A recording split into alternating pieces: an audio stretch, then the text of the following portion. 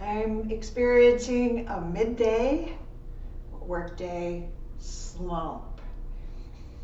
And so I'm going to do I'm going to do a few sun salutations, and then I'll talk about the Cobra pose and upward dog pose and common errors that can hurt your body, not help you, as the pose is meant to help you.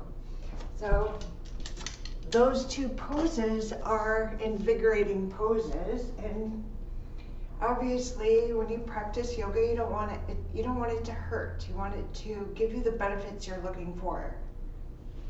So just do a sun salutation first. It's always important to warm up, and a minimum of 3 sun salutations is a good place to start your warm up.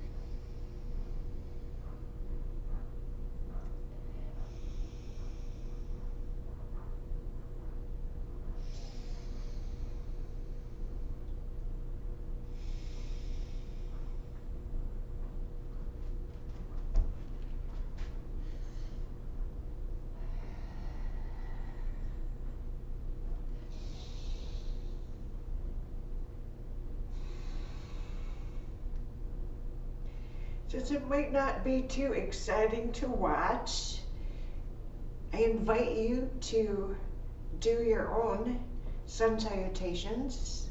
2 more to go.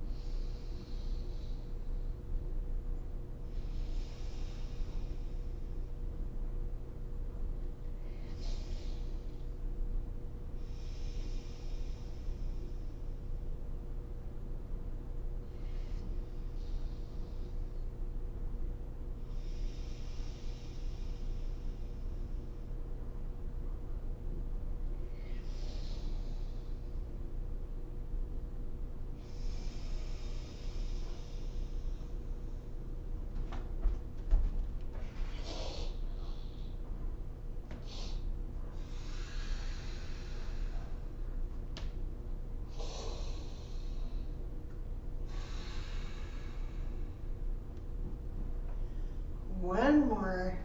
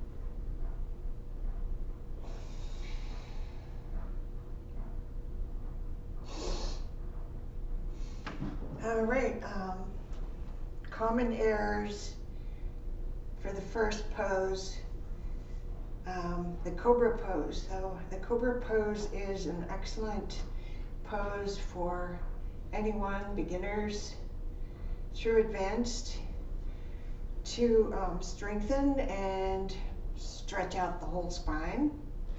And so what you want to do is when you're on the mat, on your belly, you want to point your toes, have your feet reaching out. They're about hip width apart. You can even internally rotate just a little bit those legs, just a tiny bit. Kind of relieves pressure on the sacrum. And I'm going to press my hands down but not push up. That's a common error, pushing up in Cobra. So I'm going to have the fingers spread wide, press and pull myself up. Now I'm just going to stay here and breathe and press my hips into the mat so that I'm not pushing up higher than my body, my spine is able to.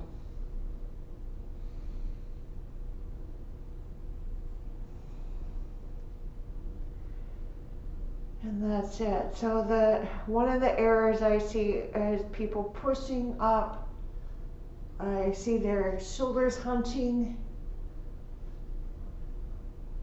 And the worst thing that you can do is to come up too high for your spine. So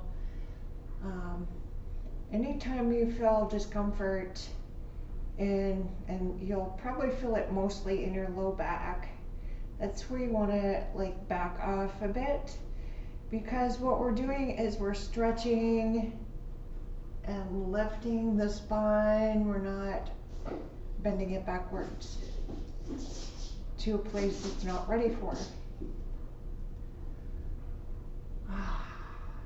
That feels good.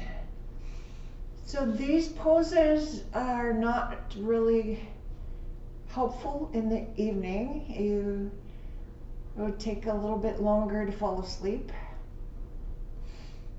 That happened to me once. I did a yoga practice. There was lots of back bends and I couldn't fall asleep till midnight when I needed to get to sleep by 10.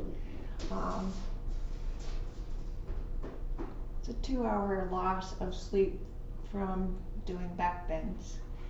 All right, so the upward facing dog, I recommend not practicing that until your body is comfortable with the Cobra.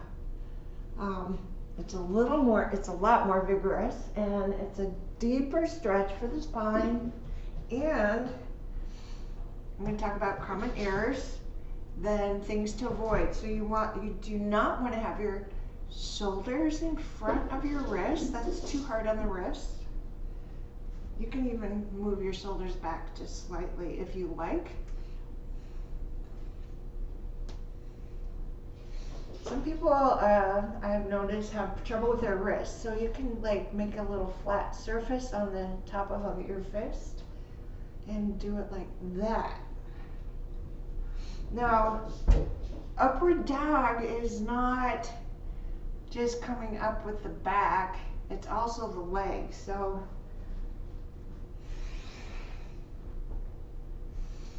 I'm pressing the top of the feet down, shoulders are behind the wrists, and I'm keeping my low back a little more neutral and working on the upper spine with that back bend. All right, so that's a very challenging pose to talk while you're in it. So as you can see, it's very invigorating. I'm breathing harder just from doing that pose and talking. So probably good for the cardiovascular system doing it that way. But we don't usually talk during yoga, just teachers. All right, that's it. So if you are having a midday slump, either one of those poses can perk you up so that you can get back to work. Namaste.